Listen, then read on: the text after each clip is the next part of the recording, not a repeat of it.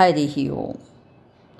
चाणक्य नीति में आचार्य चाणक्य कहते हैं, दह्यमाना सुतीव्रेण नीचा परयशोग्निना अशक्तास्तत्पदं गन्तुं ततो निंदां प्रकुर्वते। नीच मनुष्य दूसरे के बढ़ते यश को देखकर उससे जलते हैं और जब उस पद को प्राप्त करने में असमर्थ रहते हैं तब उस व्यक्ति की निंदा करने लगते हैं। चाणक्य कहते हैं, दुष्ट व्यक्ति दूसरे की उन्नति को देखकर उससे जलने लगते हैं और उसकी निंदा करने लगते हैं। फिर आगे कहते हैं, बंधाय विषयासक्तं मुक्त्यै निर्विषयं मन एवं मनुष्याणां कारणं बंधमोक्षयो। मनुष्य अपने विचारों का दास है। मनुष्य अपने विचारों के कारण ही बंधनों में फंसता है। उसी के कारण स्वयं को बंधनों से मुक्त समझता है। विषय वासनाओं से मुक्त होकर ही मनुष्य को मोक्ष प्राप्त होता है। चाणक्य कहते हैं कि मनुष्य के बंधन और मोक्ष का कारण उसका मन ही होता है, अतः उसे वश में करना चाहिए। फिर आगे कहते हैं, देहाभिमाने गलिते विज्ञाते परमात्मनि यत्र यत्र मनो याति तत्र तत्र समाधय। अपने शरीर से अभिमान के नष्ट हो जाना पर स्वयं को परमात्मा से युक्त जान लेने के बाद मन जहाँ जहाँ जाता है वहाँ वहाँ उसे समाधि का अनुभव होता है।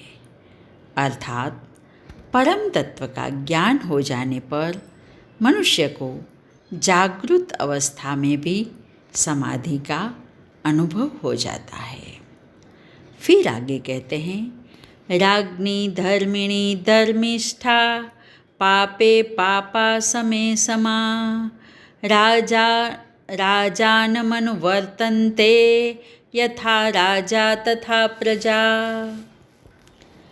धर्मात्मा राजा की प्रजा धार्मिक आचरण करती है और राजा के पापी होने पर प्रजा भी पापी हो जाती है।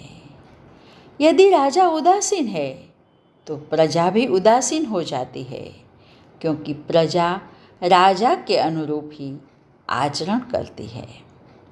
चाणक्य के अनुसार यदि राजा धार्मिक, सत्कर्मी और अच्छे आचरण वाला होता है तो उस राज्य की प्रजा भी वैसा ही व्यवहार करती है।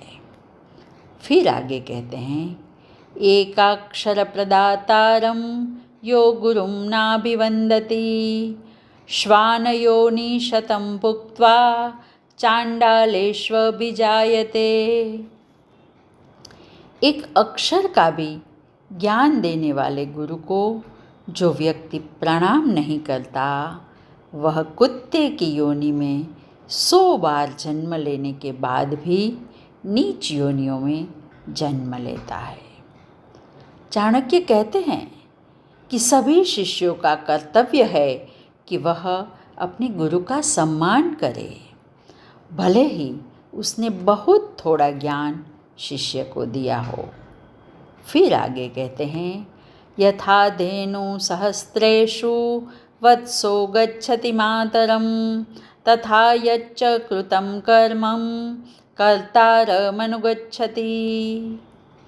जैसे हजारों गायों के मध्य में खड़ा बछड़ा केवल अपनी माँ के ही पास जाता है, उसी प्रकार कर्ता के द्वारा जो कर्म किया जाता है वह करने वाले के पीछे पीछे चलता है। चाणक्य कहते हैं कि मनुष्य जैसा कर्म करता है उसी के अनुरूप उसे फल प्राप्त होता है।